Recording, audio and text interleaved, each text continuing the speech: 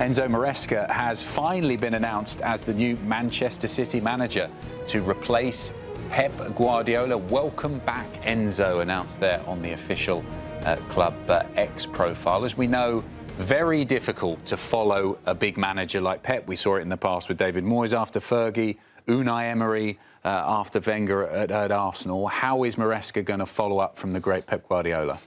He's going to find it very, very difficult, because even if he was to win the League and the FA Cup next year, it's not the treble. It's just that difficult when you're coming up against somebody who's not only been iconic and reshaped Man City, but reshaped football for the last 20 years. You see from grassroots, hand-on play, goalkeepers trying to play out from the back, false nines, all this has come from Pep Guardiola. So I think he'll do well because he's been there and he knows it. He's worked under it. We saw him and Arteta both work under Pep, so they know a little bit of structure. They'll come in with a little bit of good grace from the players as well, because they'll know what they're getting. But I think it's very, very difficult, Adam. I really do, to see him go in and not only be a success, but to have that level of success for that amount of time would be really, really hard. It's going to be difficult, like you stated, following a big manager like Pep Guardiola. And it's not just what he achieved on the football pitch, trophy-wise, and how he transformed the English game with what he did at Manchester City. 4 Premier League titles back-to-back. It's never been done before in English football. But he's at an advantage because he's been there before. What's funny? Football what? What? Football pitch. Anyway. Like I was going to say, We know what he meant. You know what I meant. Yeah, it's going to be very difficult for him, but he has an advantage because he has been at City before, so he understands the club, he understands the players, and what it means to be at Manchester City. Not an easy job to take, but it's also one of those ones where it's not an opportunity that you're going to turn away from and walk away from. Really is probably going to be the making of him. We know what he did at Chelsea. Obviously won the Club World Cup and the project that was there that he never got to fulfill. Manchester City is a different animal now. There's been a new appetite for success, a new expectation. That's the word. Demand almost from the City fans. That Manchester City fans now have. So now it's about living up to that expectation and demand that the club has built. I don't know. I think good signing, sure. Yeah. But I think it all depends on how he goes in. Is he going to change everything? Is he trying? We've seen coaches come in and change everything and failed at Manchester United. And look at Manchester United now at this point. They're still trying to recover of what Moyes did and everybody else down the list has done. So my concern would be more of, is he going to come in and try to change everything and make it all about my club, my this, my that? And all of a sudden now the players start turning away. So I think the easy transition is allowing players to do their things, have the players, let them do and play. And little by little, you just start implementing what you want, because the success they've had, I don't think we've seen that in a while. I don't know if we will see that in a long time. No, but I was just, as you were saying that, a light bulb went off. Or you could do what Arne Slot did and do nothing and then get sacked the year after. Yeah. So either way, it's a very difficult poison challenge for him, isn't it? The problem, what Marcelo says, which is a great point as well, is the fact of sometimes you've got managers with individual personalities and characters.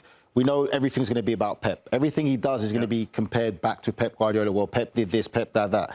From the club and also from the fans, it's always going to be Pep, and people in the media you have to do with. Is he going to go in there to try and force us? All right, this isn't about Pep. This is me. This is what I do. That's a good point. It's a good point. Does he be his own man, or does he try and be Pep-like? He can't be Pep.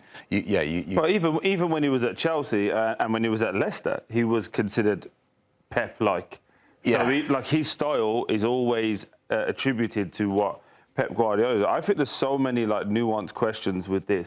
Well, one of the other nuances is the Chelsea angle. The slightly weird thing that happened today is you get the City announcement. We were all waiting for that. We knew it was going to happen.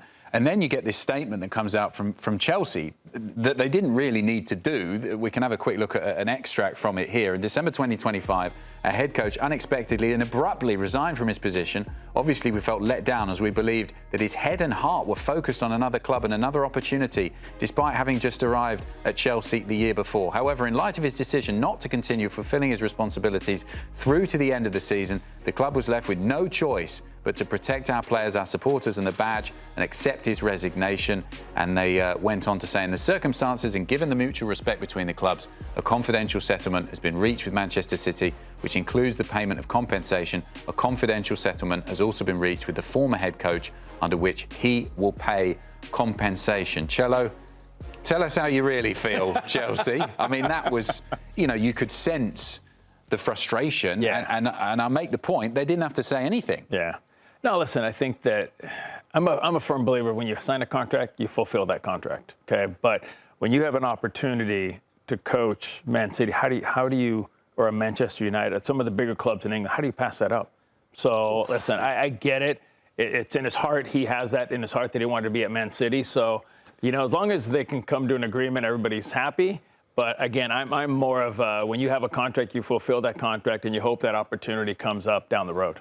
Yeah, I think to that point, I think what Chelsea are doing, this is split into two, right? So Maresca's clearly heard the news, doesn't want to let that opportunity pass, to Cello's point, and he's going, right, I want to get there. Made it very clear he wants to get there. That part of it, I kind of understand. That should be kept behind closed doors.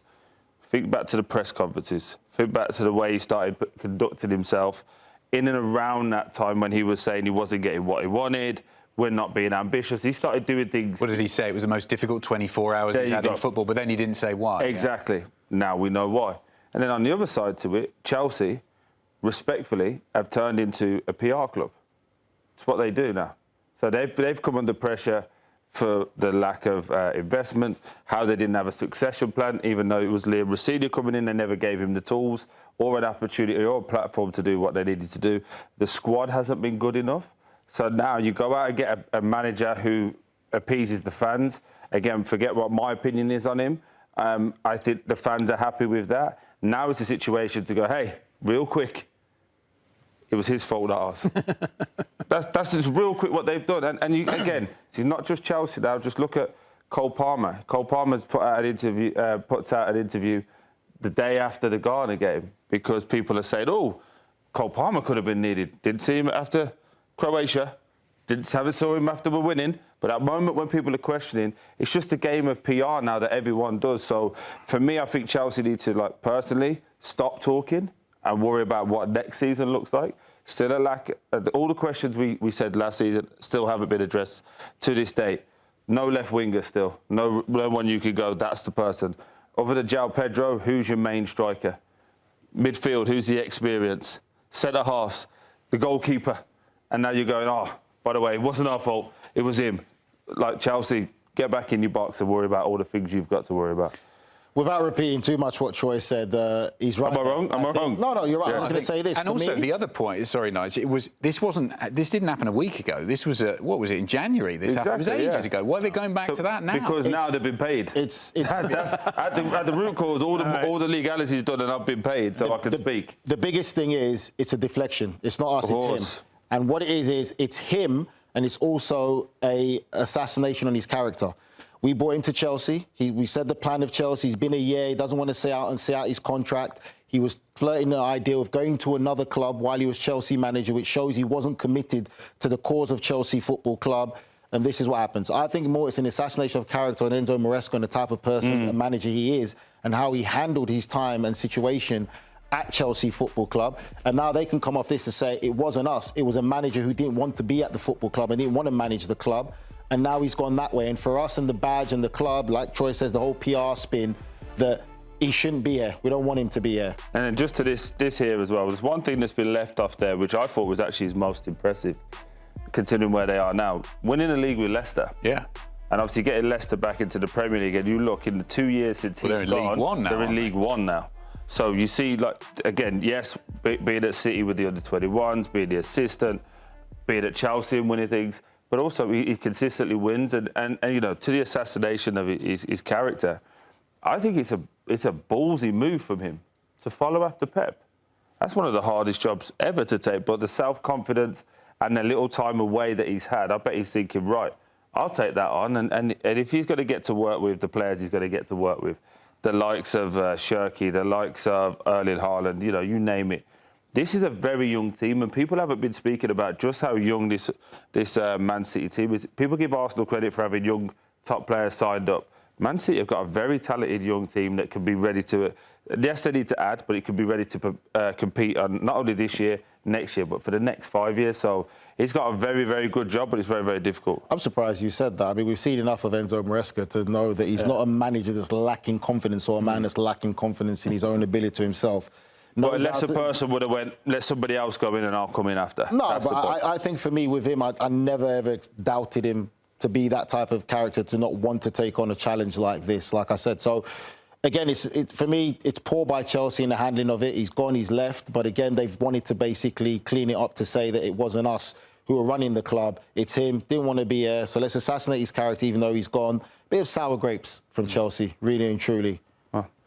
Have you seen that before? I would say, how long until we have to mention Chelsea again for getting it wrong? Hey? Liam Rosini's fault.